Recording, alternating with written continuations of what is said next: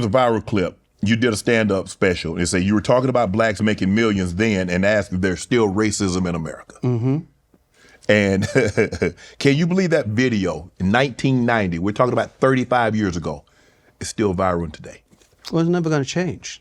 But you do realize people think once a black person get millions, hundreds of millions, that racism has dissipated. Damon, if you made $100 million, you worth $200 million, how's there racism? Right. Well, what happens is the more money you make, the less black people you see. Right? Money brings you into a new category. You move to a different house in a different neighborhood, and you get different friends, your money, people that come around you to help you make the money and maintain your money and make more money. The complexion changes, you know what I mean? I like That's what I love about like LeBron.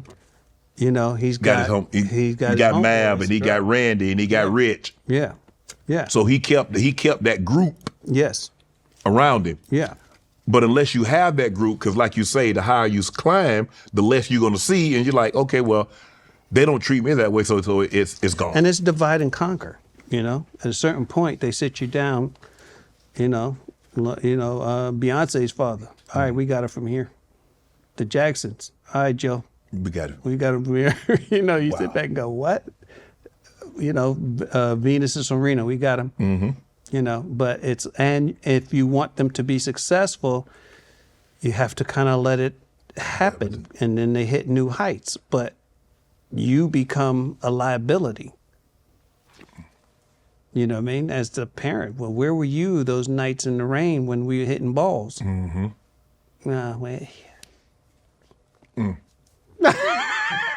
Yeah.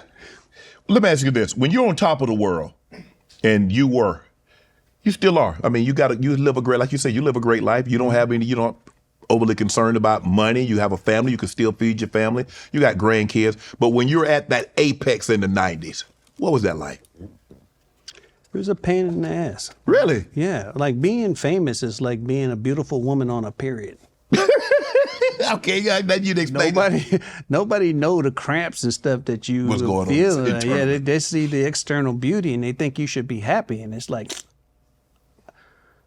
I'm bleeding. Right. Okay, you want to know? I'm bleeding. So what was? We see this external. We see Damon, and then everything's like, man, major pain and more money and yada and yada. What was brewing inside that we couldn't see? Club foot. My foot, I'm always in pain. Really? Oh, constant pain, yeah. It's like a throbbing pain, but you get used to it. They can't do anything for it? They can't give you like medication or shoot it up or something? No, I don't want medication. It's a reminder to be grateful. This foot took me a long way. If I didn't have this pain, I wouldn't have this edge. I wouldn't have my perspective on life. I wouldn't have that fire on my tongue, right? So I'm grateful, but people can't see that. Right. People can't see that you are, the internal conflicts you have, with family and friends and people, that you tend to lose friends because you loan them money and then they don't pay you back, and then they get mad at you. Because you asked for it back. Yeah.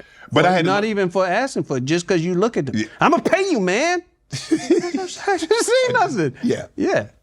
But why is it like that? Why? I mean, if you come to me and ask me for money, I shouldn't have to go to you to repay it. You should be man enough. You was man enough to ask. Here you go. But I've learned, Damon, I don't know what you think about this.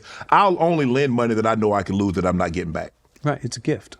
Yeah. That's how I do it. I give it. Because I already know, because we're going to end up falling out. And I don't want to fall out. I don't want a 10, 15, 20, 30-year relationship to end over money. So here you go. Because I know you're not going to pay me back. Right. Well, that's maturity. Yeah. It's like, I've paid a lot of people out of my life.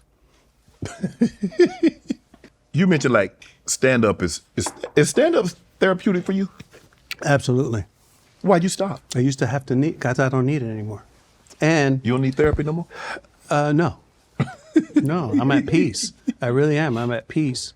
And, the therapy is knowing that I can bow my head and, you know, that God is hearing my prayers and seeing in my life my prayers answered.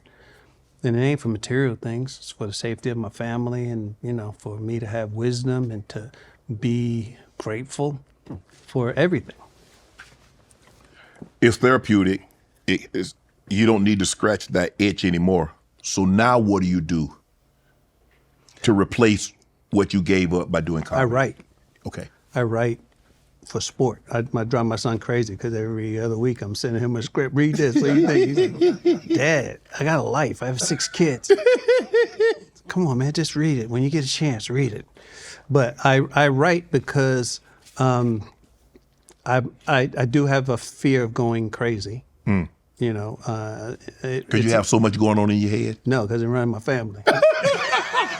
It's like diabetes. You got to know that it's a possibility. Right. And the thing is, you know, I can't turn my brain off.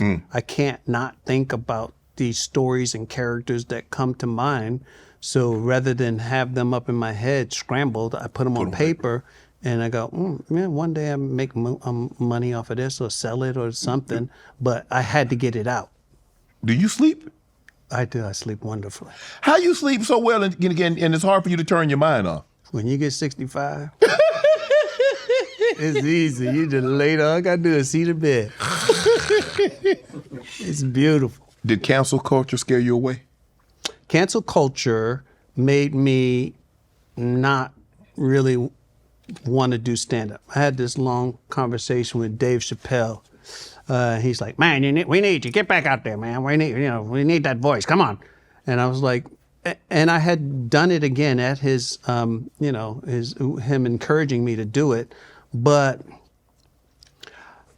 you know, what today you can't be a shock comic. No. Especially if you're famous. Right. Because they hit you in your pockets, right?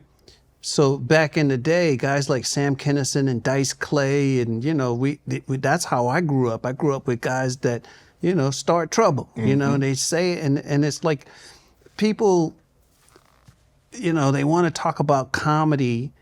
You got reporters talking about comedy. You don't know my world. You are not qualified to talk about comedy.